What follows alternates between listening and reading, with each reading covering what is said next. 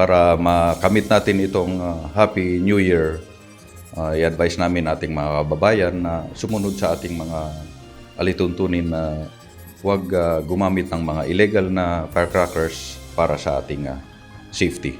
Mahigit 31 uri ng paputok ang ikinukonsiderang delikado at ipinagbabawal ngayon ng Philippine National Police Firearms and Explosives Office. Kasama sa listahan ng PNP FEO ang Watusi, Lolo Thunder, Pop Pop, Goodbye Philippines, Bin Laden at iba pa. Ayon kay FEO Explosives Management Division Chief, Police Colonel Rex Buyukan, hanggat maaga sana ay mabatid na ng publiko kung ano-ano ang mga ito para maiwasan ang tangkilikin. Ito po yung mga pictures ng mga pictures ng mga na-identify natin na pinagbabawal sa market. So these are being disseminated to our local police and to our RCSUs or the regional offices para malaman nila kung ano ang i-enforce nila, ano ang mga pwede nating i-confiscate doon sa mga nagbebenta.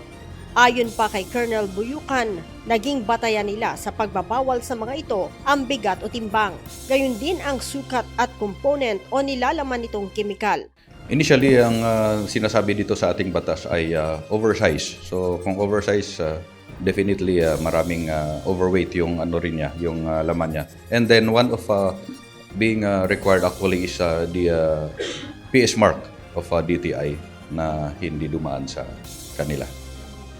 Label of the PS mark. Base sa guidelines, bawal ang mga paputok na overweight na may mahigit sa 1/3 teaspoon o higit sa 0.2 grams na paputok. Hindi rin pinapahintulutan kung sobrang laki o oversize, may fuse o mitya na sobrang liit na nauubos sa kulang 3 segundo o sobrang haba naman na mahigit sa 6 na segundo bago maubos.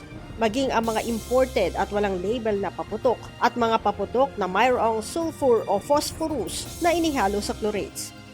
Sa ngayon, 60 manufacturers na ng paputok at pailaw ang nakakuha na ng permit sa Civil Security Group na karamihan ay mula sa Region 3 at Region 6.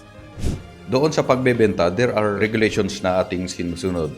The FEO through the EMD is issuing permits to those retailers, and after getting the permit from EMD FEO, these retailers will subsequently get permit from their respective LGU dahil according sa Executive Order 28, inatasan ng ating pamahalaan ang LGU na magbigay or mag-identify ng mga places na pagbentahan at saka kung ano ang date. Basically, kung wala doon sa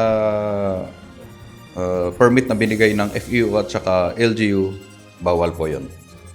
Babala ng FEO sa publiko, maaaring makulong ng 6 na buwan hanggang 1 taon at magmulta ng hindi bababa sa 20,000 piso ang sinumang mahuhuling nagtitinda ng iligal na paputok. Leia Ilagan, UNTV, News and Rescue. Diyos ang aming sandigan, serbisyo publiko ang aming pinahahalagahan.